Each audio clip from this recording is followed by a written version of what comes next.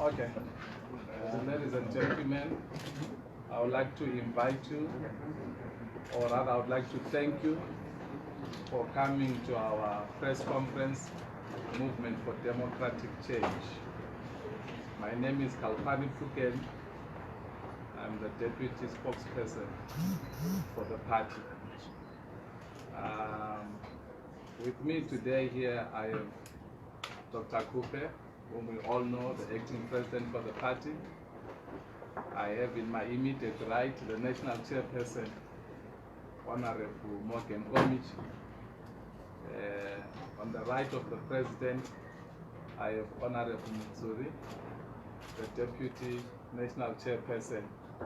And on his right, I have the famous Secretary General, Honorable Togarase Monzon. The Madam President is going to give us a short statement. Thereafter, the Secretary General will give us a statement, and then we should be able to take your questions. Thank you so much. Madam President, over to you. Thank you very much. Good afternoon, members of the media. Good afternoon, our members. First of all, I would like to say that I would like to thank you very much for coming to this very important press briefing. This is our first meeting as a standing committee after the Supreme Court ruling, which took us back to the 14th of February after the demise of our great president, Dr. Morgan Richard Tsvangirai.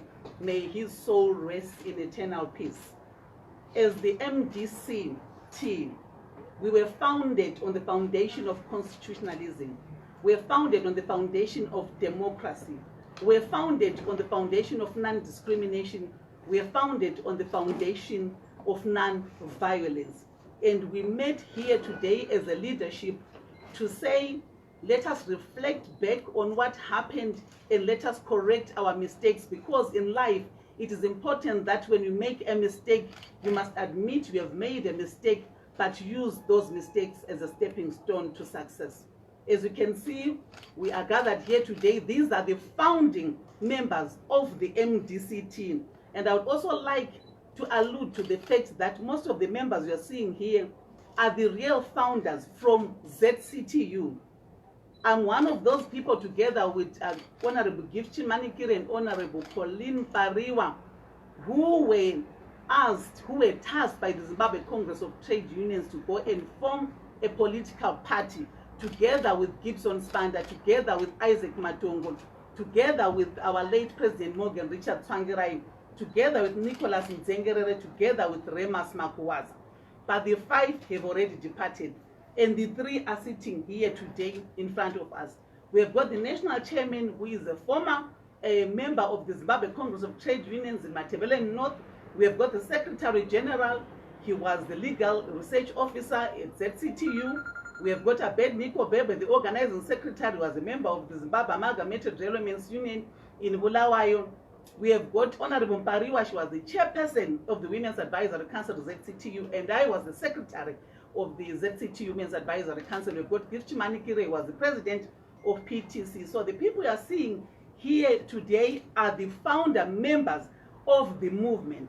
But unfortunately, so many things happened before, but we are here today to correct those mistakes. And I would like to say the MDC-T, is here today. We are standing. We are now up, on our toes, up on our feet. We are standing and we are raring to go. We want to make sure that Zimbabweans have a better life. Our desire as the opposition is to make sure that we are an opposition which is going to build. We are an opposition which is going to make sure that Zimbabweans have a better life. We want to make sure that we become a government in waiting for real. We want the people of Zimbabwe to see us through our actions. Right now we've got COVID-19, which has devastated the whole nation. And as MDC-T, we are saying we want to be a responsible leadership, a leadership which is going to make sure that we work together as a nation so that we fight this scourge called coronavirus. And that's why we called our members of parliament to make sure that they attend parliament so that we are able to deal with all the issues to do with coronavirus. People want food out there. People want a better life. And this can only happen when people sit around a table, when members of parliament go to parliament to raise those particular issues. But I would like to say to every Zimbabwean, to say as the official opposition, we are here to serve you. We are here to work for you. We will make sure that we do everything in our power. And we have retained back to our values, to our founding values and principles of the MDC. And we are going to make sure that whatever we do it based on our founding values, on our founding principles as a movement. So this is the leadership that is here. And we called you so that you know that we are here at the Morgan Richard Tsvangirai house today. We are now working from the Morgan Richard Tsvangirai house. And this is the leadership which is going to be making sure that we take this country forward, we build our nation so that every Zimbabwean has a better life. I'll hand over to the Secretary General so that he takes you through on the issues that we discussed as a standing committee. Over to you, Secretary General.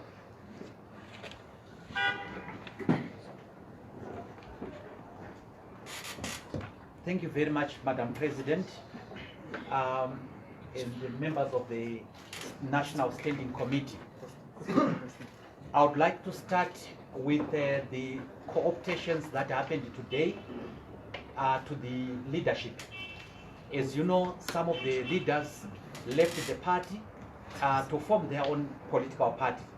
So in terms of the constitution, certain positions have to be approved by the National Council, certain positions have to be appointed where there is a gap, and the following have been appointed into the National Standing Committee in terms of clause 9 of our constitution.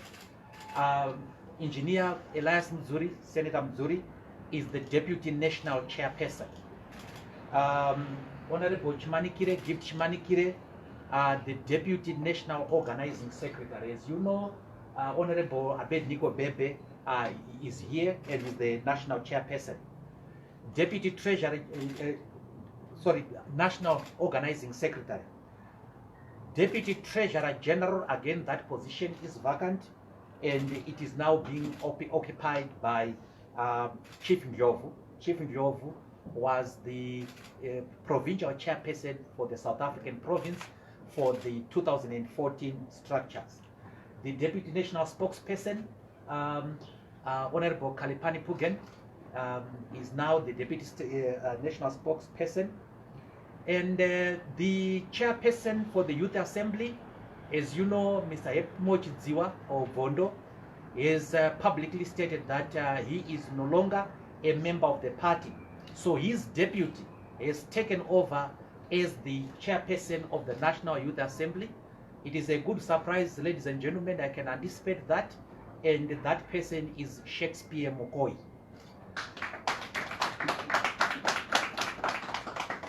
Our Secretary for Elections is Mr. Manasa Tsvangirai, the young brother to our icon. We will be making some other announcement as we get clarity on where various officers stand. But these are appointments. Office. The Deputy National Secretary for Elections is Honorable Gandhi Mudzingwa, a long-time veteran of this struggle. There is a position that we will announce later regarding the women once we have resolved that. Some of the resolutions that we dealt with today, number one, dealt with Harvest House. Whose property is it? We saw in the court some people claiming that the Harvest House belonged to them. We reiterate that the Harvest House belongs to the Movement for Democratic Change as a party. And we will do everything that is in our power to safeguard our property. So there are matters that are before the courts, but we want to make it clear that the Harvest House or Morgan Tsvangirai House is not a private property owned by a company. It is owned by, it is a property that is owned by the party. And we will be able to prove that when the time comes in the course of law. We also resolve that we are going to fulfill the Supreme Court judgment. And the Supreme Court was very kind to us in dealing with the document that is now called the settled document as the Constitution of the Movement for Democratic Change. That's number one. Number two, nullification of the Supreme Court of the presidency of Advocate Nelson Chamisa and everything that he did in his capacity as president. That includes signing agreements with other people. All that is nullified.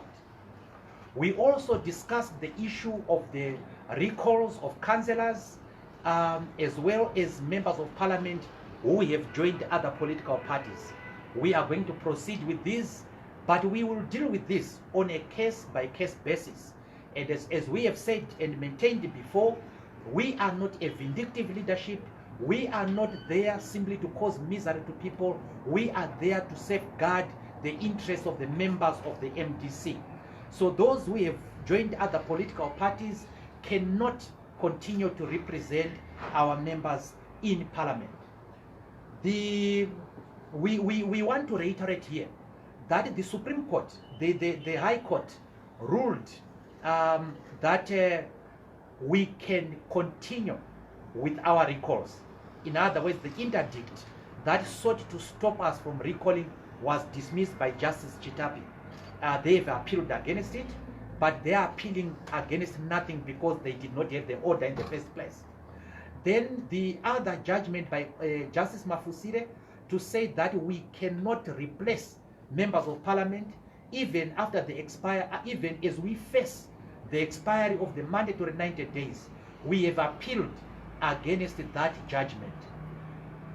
The effect of the appeal is to suspend the decision appealed against. And therefore, as things stand, nothing stops us from recalling our members of parliament and replacing our members of parliament. And we will exercise, if need be, we will exercise that lawful option. We received a report on the handover, takeover of Morgan Tsvangirai House.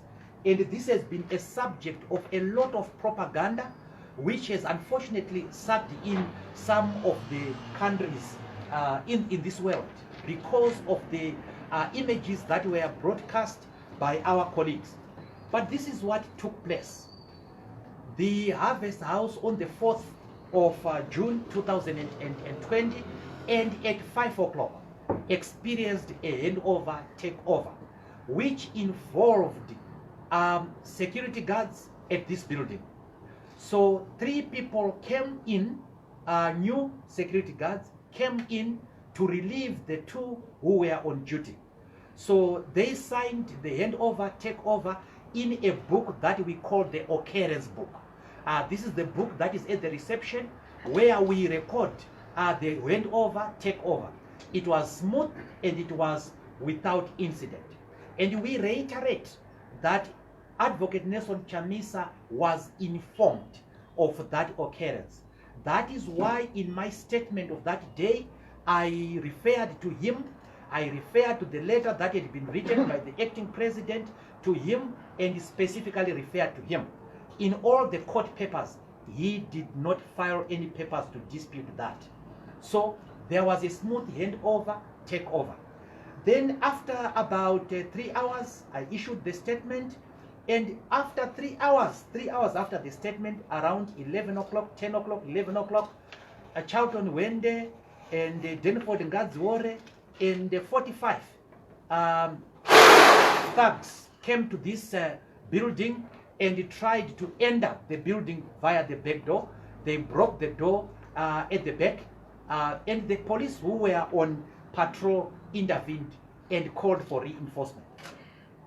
We view it as malicious to suggest that the takeover of this building involved the army and the police. The army has been patrolling the streets of Harare since the declaration of the lockdown. And I want you, ladies and gentlemen, to take judicial notice of the fact that 60 meters from where we are, towards Parliament, you will see offices of the Zimbabwe Defense Forces.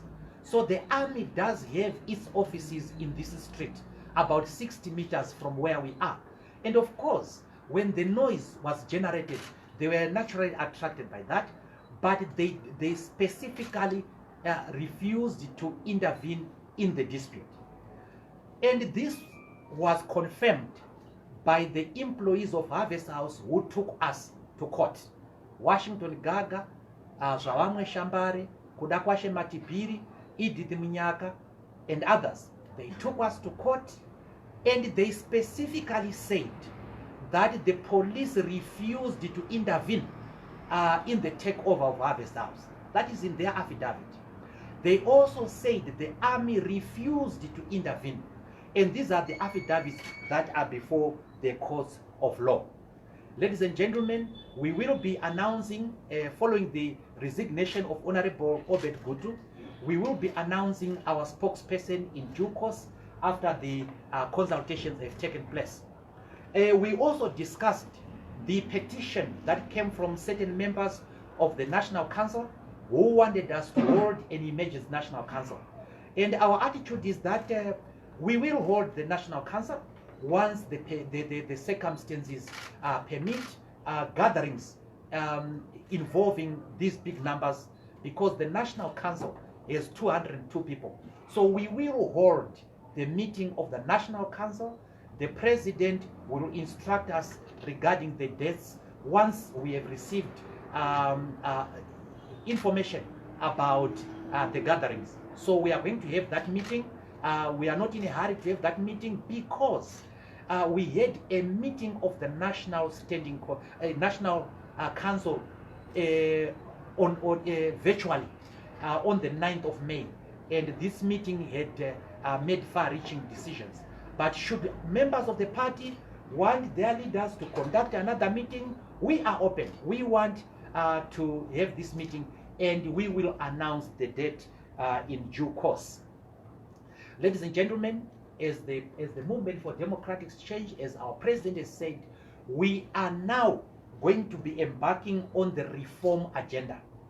As you remember, the party had been on the reform trajectory with the formation of the National Election Reform Agenda under President Tsvangirai, the demonstrations that we held for electoral reforms. These had been packed in the issue of electoral reforms, social reforms, economic reforms, political reforms had all been shelved. We are now going to embark on the reform process, on the reform agenda, and we are going to be discussing with other political parties. In the standing committee, the president gave a report of the meeting that we had with the alliance partners. As you know, some time ago, I think 2 weeks ago, we had a meeting of 5 out of the 7 alliance partners. And this meeting was to discuss the future of the alliance. We did not conclude on this discussion, and we were supposed to carry the discussion on the 13th of June. Again, we couldn't because of certain logistical reasons. But we are committed to working with others. We are committed to creating synergies. The president and other senior leaders will be meeting leaders of civic society to brief them on what is happening within the party, to brief them on how we are bringing the party back to the rails. As you know, the party had been derailed and so on. So we want to bring back a leadership and a new politics that is based on rational disputation, and a new politics that abhors violence, use of hate language, and so on. A new politics that looks at the lives of the poor Zimbabwean people, that looks at the lives of the disadvantaged advantaged masses of Zimbabwe. And the leadership said in the meeting that we are going to go back to the founding objectives of the MDC. And the founding objective is one, and it was to fulfill the unfinished business of the liberation struggle. And this is what this leadership has committed itself to be doing. And I have to let you into various things that the leadership said, and so on. The need for tolerance, an apology that was given by my young brother Shakespeare to the president, and that was quite touching. And we are very grateful at the level of maturity displayed by Shakespeare in that regard. And please, we want everybody to join us in thanking him for what he has done. And I've been talking to him. He is very focused on the objective of this struggle, and you will be seeing more and more of him as he leads his youth assembly in the country. Ladies and gentlemen, I would like to end here regarding the resolutions that we had today, and would want to invite questions. Sorry, you can take. Sorry. All right. Okay, we came out here just to attend to you because you've been waiting for some time. We had to finish our meeting. So I'm going to take 1 or 2 rounds quickly so that we can be able to go off your questions. If the question has been asked, please don't ask it again. Just appreciate that we are constrained with time. So I'm going to start right there as number 1. I'm going to come to you. I want to count these hands. So that's number 1, number 2, number 3. Ah, that's lovely. So you guys agree with us. Number 4, right? Okay, yeah, let's go. My name is Elian Tali from 263 Church. My question is with regards to the Poland. Did anything pop up on the issue of joining Poland? What's the status? Okay, it's not. I'll take the questions and then the leadership will come back and answer. Number 2. Yes. My name is Tonio. I'm with TechMake.tv. I need to present this question to the whole leadership. I'm not sure who exactly is going to be able to answer this question. Maybe to you, Honorable Wanzora. I need to understand. There is a general perception that the new MDC-T is a club of members who lost the last elections and are trying to find themselves back into the politics by coming together using a backdoor. How do you respond to that? And maybe can I ask as many questions as I have? And then not as many. Maybe let me give you the second one. Okay, maybe the second question is, what's your take on the last Congress that was done? Because it looks like some of you were there and you actually did lose that last Congress, and now you are coming back to have a certain different party. Do you take that as a legit Congress before the constitutional announcement was done? Was that not a consultative process that was done within your voters and the people? And how do you take that? And I'll have that on there. Number 3. My name is Mukoloja Terenika from the Daily News. My question is directed to Madam Kupe. I wanted to find out, after in 2018 you contested in the elections and your party had 2 MPs who are still in parliament. I wanted to find out that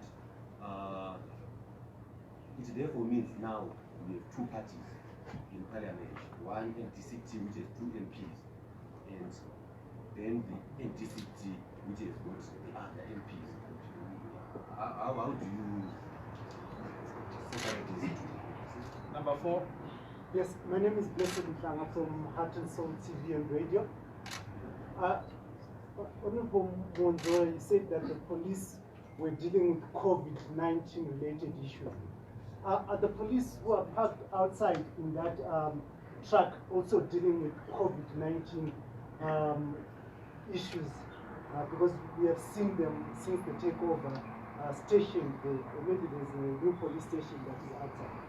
Just wanted clarity on that issue. And my second and last question is that what is going to be your engagement level with ZANU-PF?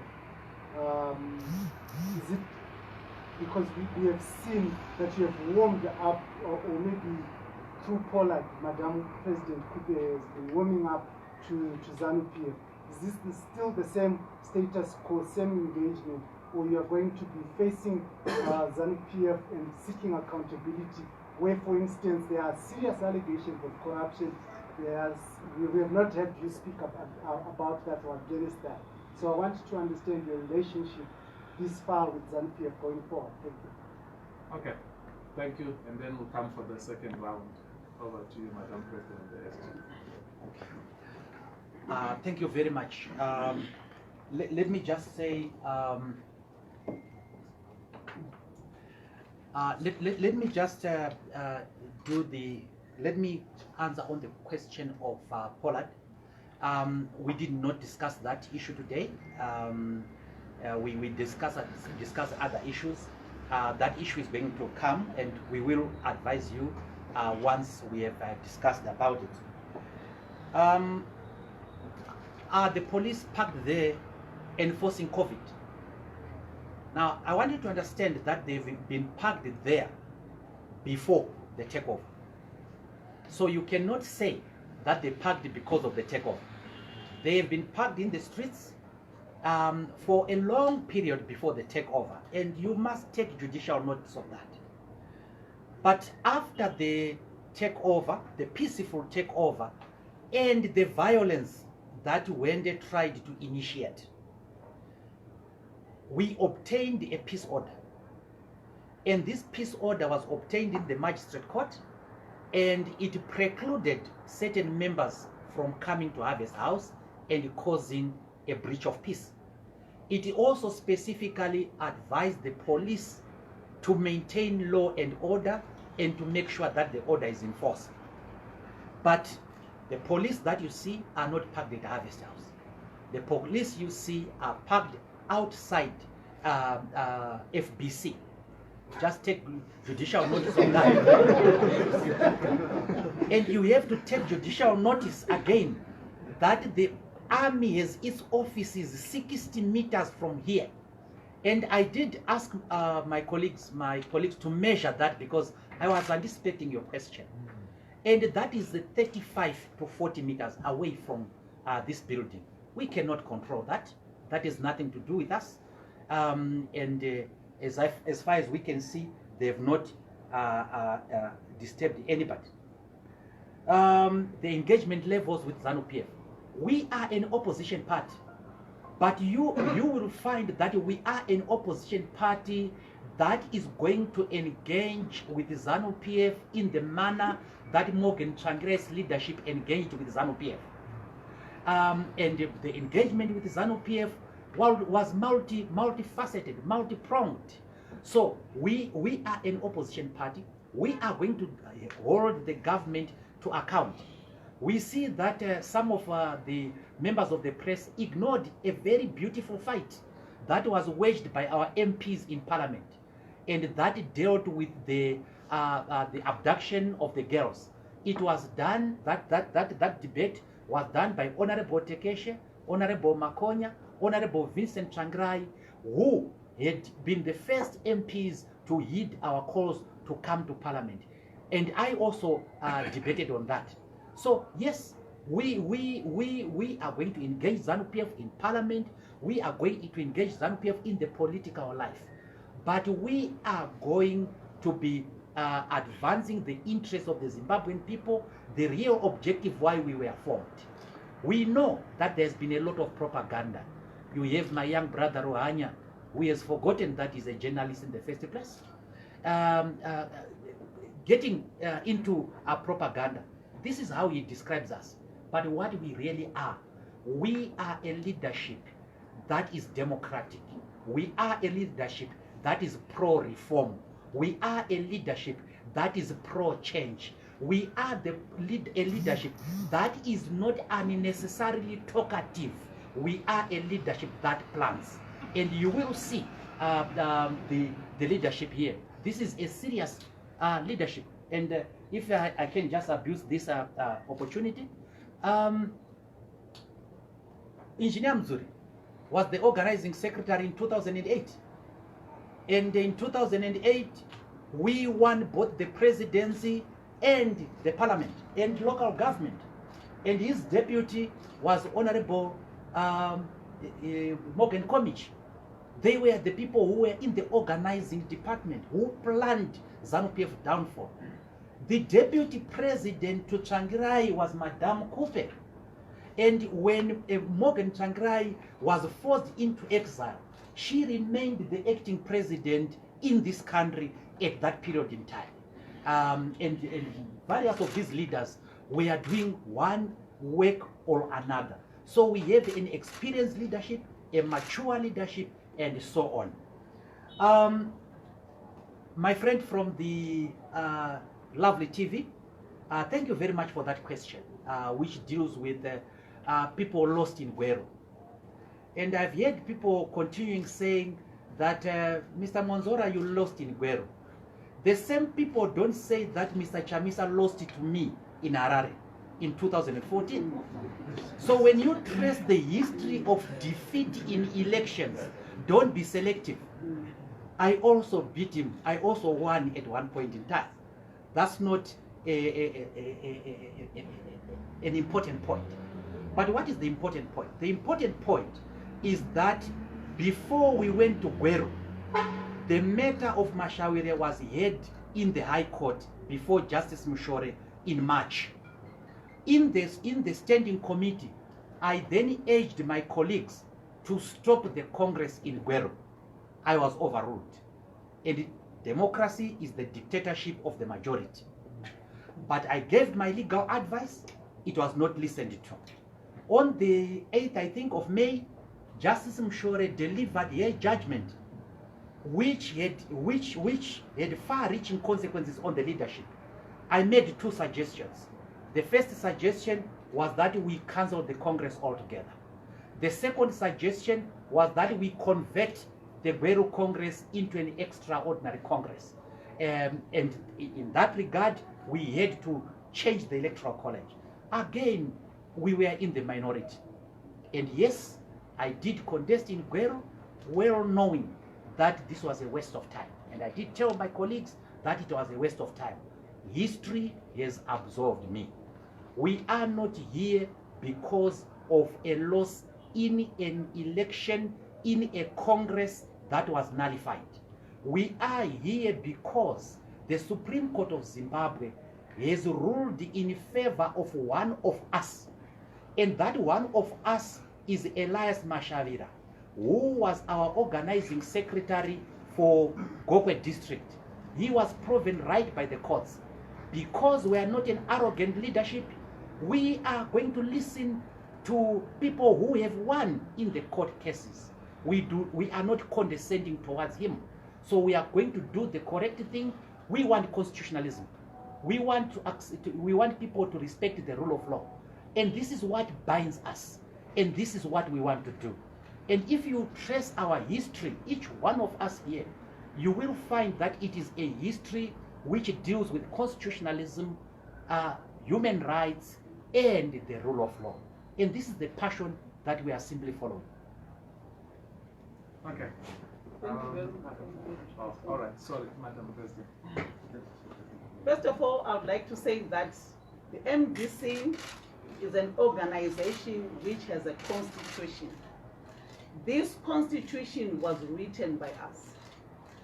And it was adopted first in 2000 at our first Congress in Tutungi. Then it was adopted again in 2006 at the National Sports Stadium. And then it was adopted again in 2011 in Baba Fields and in 2014 at the National Sports Stadium. This constitution tells us what to do and not what to do. And what the Supreme Court simple did was that it said go back and do what was supposed to be done after the demise of our late president, Dr. Morgan Richard Tsvangirai. Article 9.21.1 clearly states that after the death of the president, the deputy president assumes the position of acting president for a period not exceeding 12 months and then calls for an extraordinary Congress. Unfortunately, this was not done. So what the Supreme Court simply did was that it said what happened in Bulawayo at the Stanley Square in April and what happened in Gweru in May, was it 2019, is null and void. So both groups must go back and do what the Constitution says they must do. And this is what the simple did. So I have been reinstated as the acting president of MDC-T. MDC-T has got 103 MPs in parliament, meaning that I am currently the leader of that political party, which has 103 MPs in that parliament. It has happened in other countries. I would like to give an example of South Africa. Musi Maimane was the leader of DA, and currently he is no longer the leader of DA. There is a new leader in that parliament who is now the leader of those MPs who are there right now. And currently I am the leader of MDC-T with the 103 MPs. So the issue of 2 MPs or whatever MPs does not arise, because we are doing exactly what the Supreme Court has asked us to do, and already we are preparing for the extraordinary Congress. We are busy right now and want to make sure that it becomes a success, where we are going to fill the position left by our leader, Dr. Mobongisha Sankara. Okay. I note your follow-up. Who else has a follow-up? I note your follow-up. Please, it must be follow-ups, not new questions, so that we can go the second round. Is it a follow-up? No, not yet. Okay, let me just do follow-ups and then we'll check the new questions. Yes, I'll start with you. My follow-up question would be regarding the 2 MPs who were elected. I'm referring to Honorable Priscilla Msela and the other senator, who were elected on the party that was ruled now and void. Okay. What happened to them? All right, not a problem. Your follow-up. Yes, Madam President, you note that you followed the Constitution, but the court said that what you did in Stanley Square was not following the Constitution. So you must be fired from the party for joining another political party, which is stated in your Constitution that anyone who supports any political party other than this one should be fired. So you should not be sitting there as acting president. How do you play? Okay. All right. Madam President, SG. The 2 MPs, like I said earlier on, the Supreme Court said we must all go back to the 14th of February after 2018. And it is clear those MPs are now part of the 103 MPs who are MPs who belong to the MDC-T. I did not, you are saying I'm supposed to be fired because I joined another political party. Or formed. Or formed another political party. The party that I led is MDC-T. That is the party which contested. And we were very clear to say our colleagues have deviated from the founding values and principles of MDC-T, that of non-violence, that of non-discrimination, that of not following the Constitution. And we remained, respecting the Constitution, we remained, along those founding values and principles of the MDC-T. We are very clear from the onset. But however, the Supreme Court said, Stanley Square and go back and do what was supposed to be done, where I was supposed to be given an opportunity to act as acting president, and then call for an extraordinary Congress. And this is what I'm working on. I am definitely going to call for an extraordinary Congress, which is going to elect a new leader, and this is who we are right now. I did not violate any constitution. I tried by whatever means possible to follow what was in the Constitution. However, the Supreme Court said we must go back and then do what the Constitution tells us to do. SG, would you like to? Yeah. It's okay. All right. I'm sure you're saying. No. I don't think No, it's fine. You may not be happy with the answer, but it is the answer. Wait. No, it's fine. Wait. Hear me out. Hear me out. MPs that do not belong to the MDC that was It's okay, hear me mandated out. by the Supreme Court. Oh, Now, okay. Let me answer that. If I may answer that. yes. The Supreme Court realized two things. That after the demise of Dr. Tsvangirai, the party split into two factions. The one faction was the faction that held the Congress at Stanley Square. By the way, the Congress at Stanley Square was called an extraordinary Congress. It was not an inaugural Congress to form a party. And then it recognized another faction led by Advocate Chamisa that remained part of the MDC alliance. The attitude of the courts was that these were factions of one party. These were tributaries of one river. And therefore, the Supreme Court then said, return to the status quo ante as at the day after Tsvangirai died, but before the National Council. That meant that the two factions were now being brought into one party. So it is now one party. So these MPs are MPs which belong to one party now.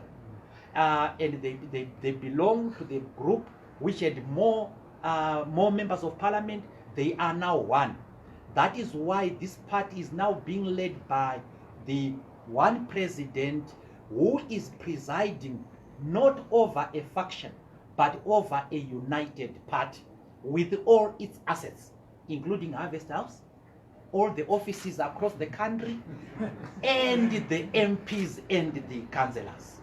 So that is the legal position that as it stands. But let me take you back to history. In May 2018, I think, Advocate Chamisa presided over a discussion to recall Madam Kupe from Parliament. And I'm sure you remember that she was recalled from Parliament by Advocate Chamisa. Now, how do you recall somebody who is not a member of your party? You can only recall somebody who is a member of your party. So this has been one party, and they even went to court to stop her from using the name.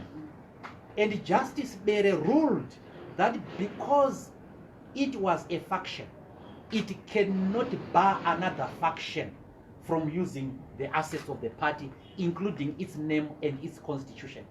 They have always been using this constitution, identical word for word. So the proper way of looking at it is that the Supreme Court reunified the party and is now one entity, which was led by Morgan Tsvangirai. Okay. Right. Thank you. Let me take the last round. I'll prioritize those that did not ask the first question. You did ask, right? No, I didn't ask. All right. That's number 1, number 2, number 3, number 4. So there's something about this number 4. What's happening? Just asking questions in fours. Okay. You can shoot. Well, my name is Costa from newsandpurpose.com. You directed to Dr. Kupe. You polled 45,000 votes in the previous elections. That must be a very worrisome figure for someone who aspired to gain state power. What makes you so much convinced that this time around you gain political capital so that you can attract a huge following? Okay. Number 2. My name is Kafumane Soviet from Sly Media. It follows that maybe the MPs, because of the Supreme Court judgment and the powers that are vested in your constitution, you have the ability to call back those MPs. Do you have the same ability to call supporters to you? That's my question. Okay. Number 3.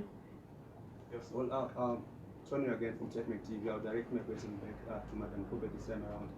Madam Kupe, if you may clarify with us, in the interest of understanding history, we do know that by the time you had left the party, you were not in good standing with Morgan Tsvangirai, that you now are coming out to represent fully well, that you had actually left way before Nelson Chamisa was even the president of the party. What was your relationship like with Morgan Tsvangirai, and how do you feel representing the MDC-T, which gained where you gained 45,000 and you got 2.6 million or 2.1 million debatable?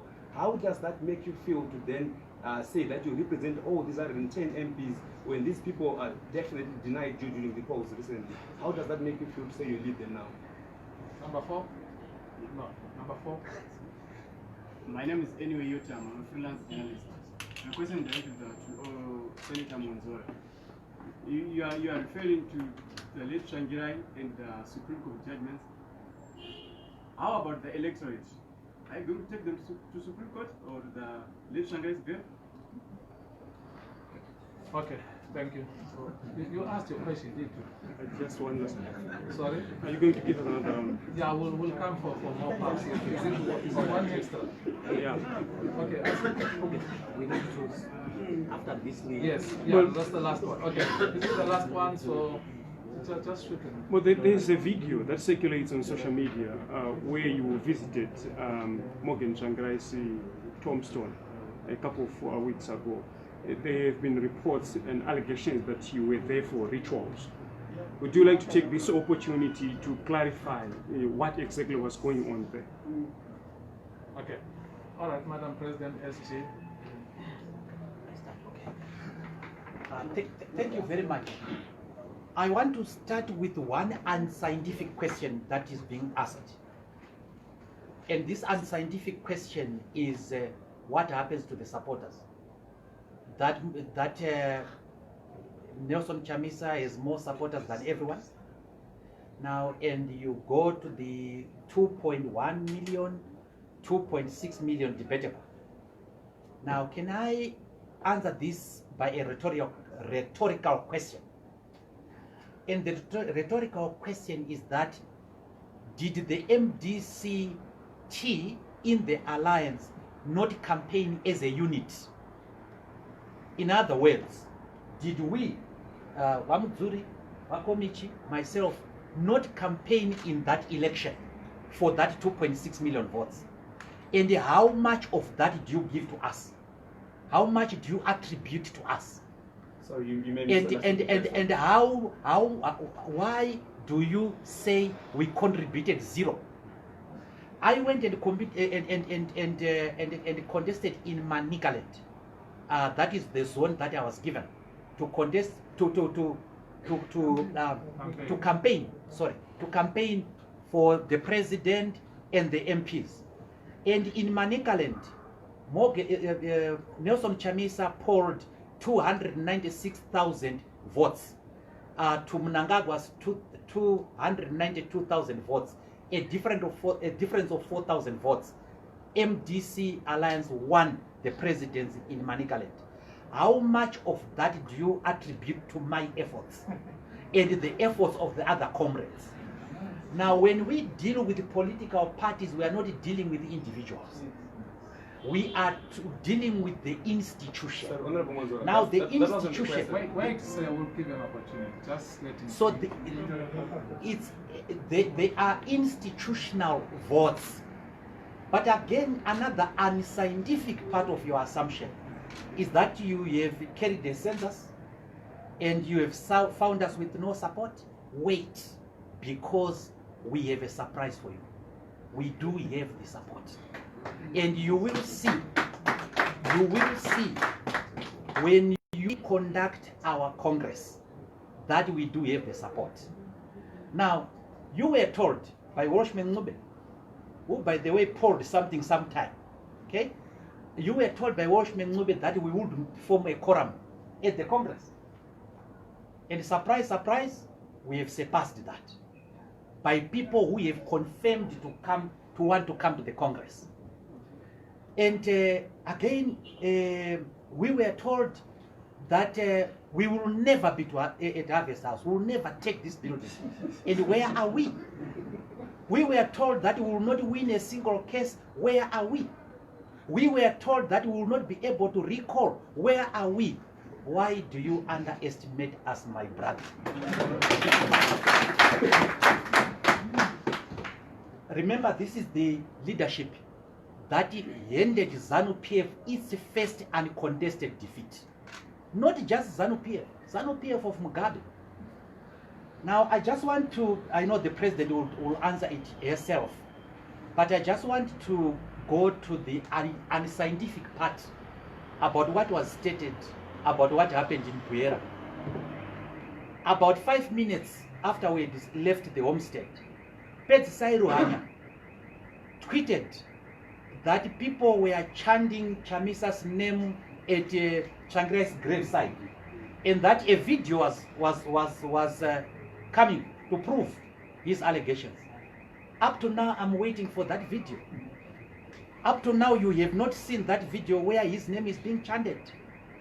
So these are some of the falsehoods that are said. A simple graveside eulogy, common in African tradition, is converted into a ritual. How do people do rituals in the broad daylight, in the presence of the deceased's relatives, his young brothers, his mother, his nephews, and his sekurus? They were there. This is how low our politics has gone. Who hasn't visited the grave? Who hasn't spoken at the grave? Who is it who hasn't done that? So I know the president is going to answer that, but Zimbabwe has more important things to think about. The opposition has more to think about than superstition. Our people are living in poverty and misery, and we need to take them away from this poverty and misery. And we do not do that by this petty thinking, in my respectful view. Thank you. Okay, I think he has responded to the issue of Buhera, and he has also responded to the issue of 45,000 votes. And what I can only say is that each and every election has its own dynamics. Come 2023, watch the space. Then my relationship with the president, I had a very good working relationship with my president. I have deputized him for 12 years. I worked with him for 26 years. Yes, of course, there was a problem. That one problem when we attacked in Bulawayo. And the president sat exactly where I am sitting right now. And he apologized about what happened in Bulawayo. Myself and Abednego Bebe went to the president's house and we met him. And the president apologized. 2 weeks before the president passed on, I went to South Africa. I visited the president in hospital. He was very excited to see me. We chatted, we spoke. The president, for your own information, for those who do not know, phoned me 2 days before he passed on, for those who do not know. I was phoned 2 days before the president passed on. It was very difficult for him to speak, but those were his last words. You know, he couldn't speak, and I kept on saying, President, you'll be fine, because I've gone through the same problem. I had cancer as well, and I thought that my president was going to be well. Little did I know that the situation had gotten worse. May his soul rest in peace. But in a nutshell, I had a good working relationship with the president, and to sum it all, our role as the opposition to make sure that every Zimbabwean has a better life. We want to make sure that Zimbabweans have jobs, they have food, they have good health, good education, clean water and sanitation. This is what these people sitting in front here are going to be fighting for, and we'll make sure that at the end of the day, the people of Zimbabwe have a better life. Thank you, Mr. President. Ladies and gentlemen, no, it's okay. It's okay. We'll do it next time around. There's another standing committee next week. I'll note your questions and then we'll get your time. Thank you so much, media, for being here. Let me say this, go and report responsive out there. We have a role to play. Report responsive. Thank you.